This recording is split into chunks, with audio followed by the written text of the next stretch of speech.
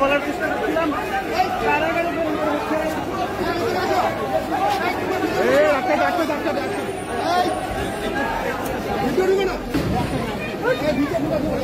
কারাগারে ঢুকে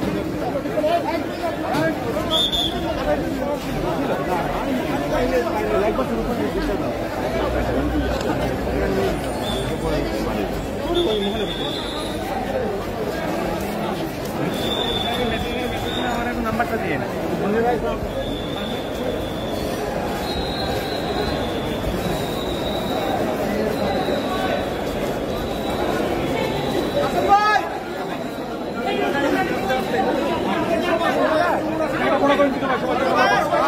পিছনে যান জায়গা বড় করো ভাইয়া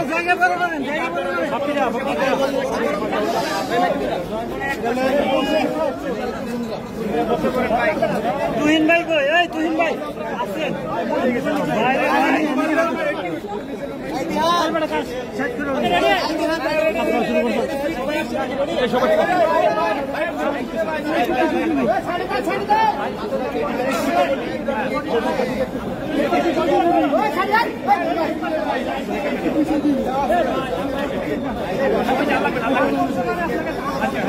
ঠিক আছে ভাই জোরে বলি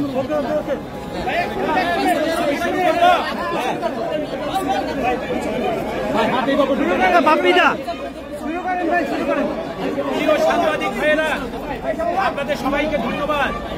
বাপ্পিদা জনাব মাহমুদুর রহমান তার নামে 2015 সনে অতীত স্বৈরাচার সরকারের প্রধানমন্ত্রী আমেরিকার একটা মিথ্যা ঘটনা সাজিয়ে বাংলাদেশে মামলা করেছিল এবং সেই মামলা একজন বিচারক ওনার অনুপস্থিতিতে ওনাকে 5 বছরের জেল দিয়েছিল।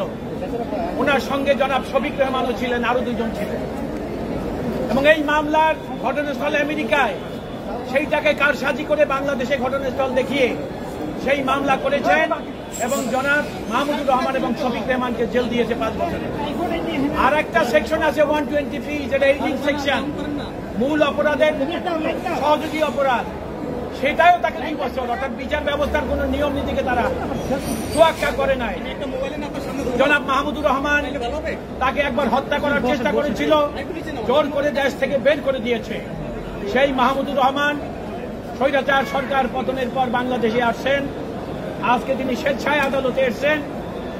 তিনি জেলে যেতে চেয়েছেন, জামিন চান নাই। আমরা আদালতের কাছে তার জামিনের প্রার্থনা করি নাই, তাকে জেলে পাঠাবার কথা বলেছি। আর যেহেতু তিনি মন্ত্রী ছিলেন, তাকে যেন প্রথম শ্রেণীর মর্যাদা দেওয়া হয়। জনাব মাহমুদুর রহমান জেলে গেছেন, উনি আপিল করবেন, তারপর জেল থেকে বেরিয়ে আসবেন, সেটাই আমাদের প্রত্যাশা দ্রুততম সময়ের মধ্যে।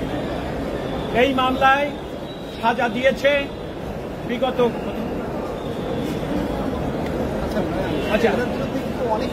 ওনার বিরুদ্ধে যেই মামলায় সাজা হয়েছে সেইটাই তিনি সারেন্ডার করেছেন। এখন তিনি জেলে গেছেন, বাকি মামলা অতি দ্রুত। এই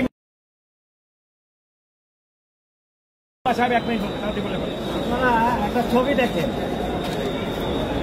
এই ছবিটায় বিচার বিভাগ গ্রেফতারের সময় কতটা নিচে গেছে যে দেখা যাচ্ছে সজীব জয়ের পিছনে এই আদালত তিনি রায় দিয়েছেন আসাদুজ্জামান তার পিছনে হাঁটতেছেন।